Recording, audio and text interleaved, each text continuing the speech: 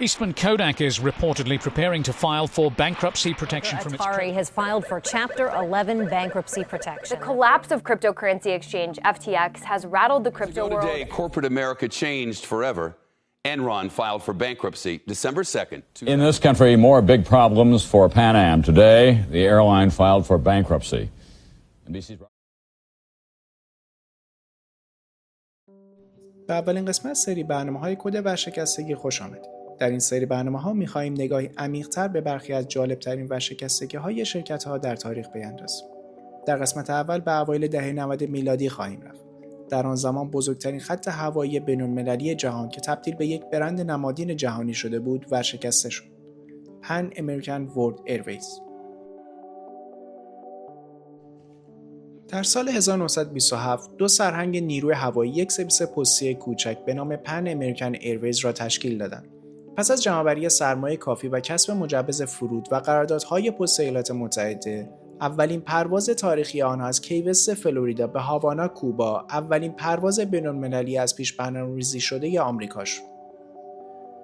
این بلافاصله باعث شهرت پنم شد و شرکت را به سمت موفقیت سوق داد و عصر جدیدی برای هوانوردی آمریکایی آغاز کرد.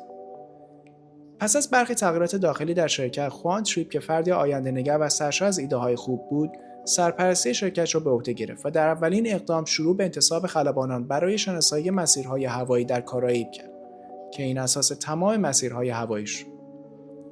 سایر مدیران کلیدی نیز استخدام شدند تا کیفیت پروازهای پنم را تضمین کنند و تغییرات عمده‌ای مانند ممنوعیت سیگار کشیدن خلبانان اعمال شد. از آنجا که اکثریت ناوگان پنم هواپیماهایی با قابلیت نشستن بر روی آب بودند، خلبانان ملزم به پوشیدن یونیفرم‌های کاپیتان‌های دریایی شدند که تا به امروز ادامه دارد. پنم به توسعه و رشد خود با کشف مسیرهای جدید و اضافه کردن هواپیماهای جدید که به آنها کلیپر می‌گفتند ادامه داد. کلیپر مجموعه از هواپیماهای آبی بزرگجثه بود که امکان پرواز به دورترین نقاط آمریکای جنوبی را داشتند. فرودگاه تازه ساخته شده پنم در میامی که این هواپیماها در آن مستقر بودند به شلوغ‌ترین ترمینال دریایی جهان تبدیل شد. تا سال 1935 پنم اولین شرکت هواپیمایی شد که بر فراز اقیانوس آرام به چین پرواز کرد، مسیری که بسیار خواهان داشت. نوآوری‌های خطوط هوایی پنم هر ماه با مسیرها و هواپیماهای جدید و اختراعات کلیدی مانند سیستم ناوبری رادیویی همه را شگفت زده بود.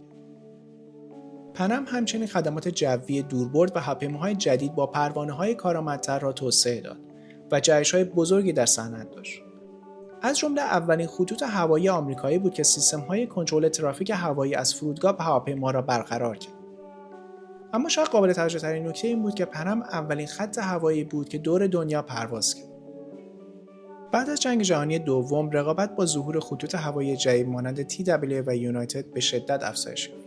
با این حال این موضوع نوآوری و رشد پنم را کند نکرد. پروازهای داخلی و خارجی جدیدی اضافه شدند و همزمان پنم به سفارش هواپیماهای جدید خود ادامه داد که به افزایش محبوبیت هواپیماهای DC-4 بوئینگ و مرغوم به صرف‌تر شدن پروازها انجام داد. در سالهای آینده پنم به رقابت در بازارهای خطوط هوایی ادامه داد و ارزش خود را افزایش داد و کیفیت خود را حفظ کرد. حوالی دهه 1950 شرکت نام خود را به طور رسمی به Pan American World Airways تغییر داد و در همان سال سفارش‌های بیشتری برای هواپیماهای جدید ثبت کرد و اولین هواپیمای خود را برای پرواز بین‌المللی از نیویورک به لندن که فقط کلاس پرواز اکونومی داشت توسعه داد.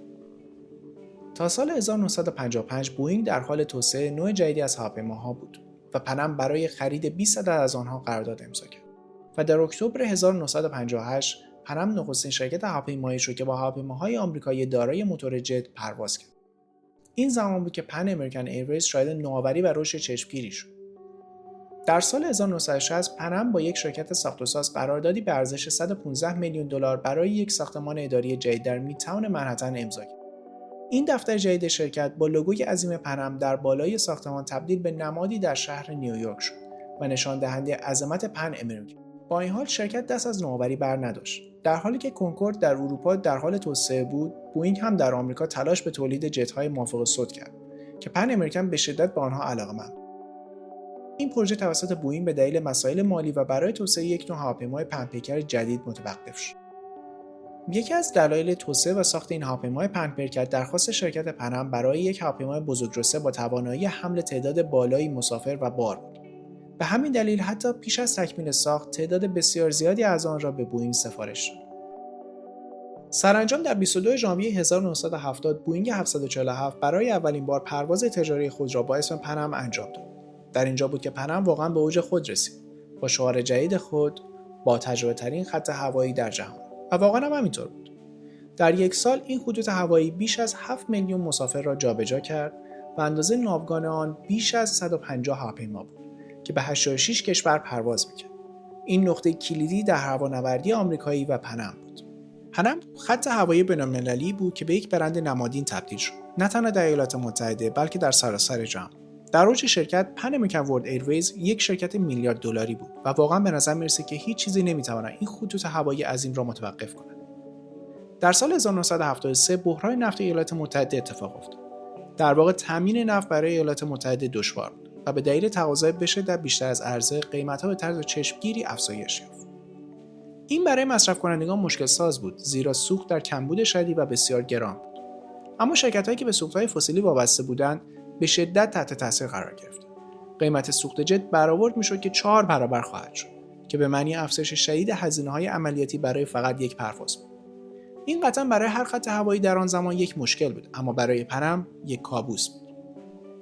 در حالی که سایر خطوط هوایی در ایالات متحده به صورت داخلی با هواپیماهای کوچکتر پرواز می‌کردند، پنم فقط بر روی مسیرهای بین‌المللی و مسیرهای پرتقاضا متمرکز شده بود و سرمایه‌گذاری زیادی روی بوئینگ‌های 747 کرد و به اضافه کردن هواپیماهای جدید به ناوگان خود ادامه میداد. اما این هواپیماهای پهن‌پیکر نسل اول با 4 موتور جت به هیچ عنوان از نظر مصرف سوخت اقتصادی نبودند. این به این معنا بود که حجم بسیار زیادی از سوخت که این هواپیماها مصرف می‌کردند با 4 برابر قیمت باید خریداری شود. همچنین هواپیماهای بزرگ در این زمان به ندرت با ظرفیت کامل خود پرواز می‌کردند که این هم به ضرر شرکت اضافه می‌کرد. هواپیماهای کوچکتر، قدیمی‌تر و غیر بهینه ناوگان پنم باعث ضرر بیشتر شرکت می‌شدند. وضعیت بد اقتصادی باعث شده بود که مردم کمتر به سفر بروند. تمامی این دلایل منجر به این شد که هزینه‌های نگهداری زیرساخت‌های بزرگ شرکت پنم از درآمد شرکت پیشی بگیرد. در نتیجه برای کاهش هزینه‌های خود شروع به اخراج تعداد از کارمندان خود کرد. تمامی این مسائل باعث 364 میلیون دلار ضرر و بیش از 1 میلیارد دلار بدهی شرکت شد. در اواخر دهه 70 با آمدن شرکت‌های هواپیمایی جدید رقابت در حال افزایش بود و پنم تلاش می‌کرد تا به روزهای اوج خود برگردد. بعد از ادغام با شرکت هواپیمایی نشنال در اواخر دهه 80 وضعیت مالی شرکت بدتر شد. مدیرعامل شرکت پنم تصمیم گرفت که تعدادی از دارایی‌های شرکت را برای پایدارسازی شرکت به فروش بگذارد.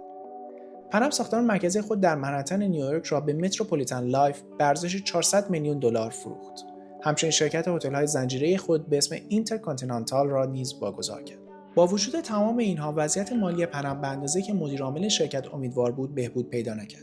شرکت پنم هواپیماهای جدید A300 و A310 ایرباس را برای جایگزینی با هواپیماهای قدیمی و پرهزینه بوئینگ 727 خود سفارش داد تا بتوانند به گسترش خود و رقابت با ایرلاین‌های جدید ادامه دهند. پنم امیدوار بود که این سرمایه‌گذاری عظیم خود را در بلند مدت با کاهش هزینه‌های نگهداری و پروازی این هواپیماهای جدید جبران کند و باعث سودآوری شرکت شود. در سال 1985 مدیرعامل شرکت پنم تصمیم به فروش بخش پاسیفیک خود به مبلغ 750 میلیون دلار به شرکت هواپیمایی یونایتد گرفت. این فروش در راستای تلاش برای بهبود وضعیت مالی و پرداخت بخشی از بدهی‌های شرکت بود. برای به دست آوردن دوباره بازار صنعت هواپیمایی، اقدام به دادن حق استفاده از اسم خود به شرکت‌های هواپیمایی کوچکتر و حتی خرید یکی از این شرکت‌ها کرد. در سال 1977 در جزایر قناری یک هواپیمای KLM با هواپیمای پنم بر روی باند پرواز برخورد کرد. این برخورد باعث کشته شدن 583 نفر شد که تا به امروز مرگبارترین سانحه هوایی تاریخ به شمار می‌رود.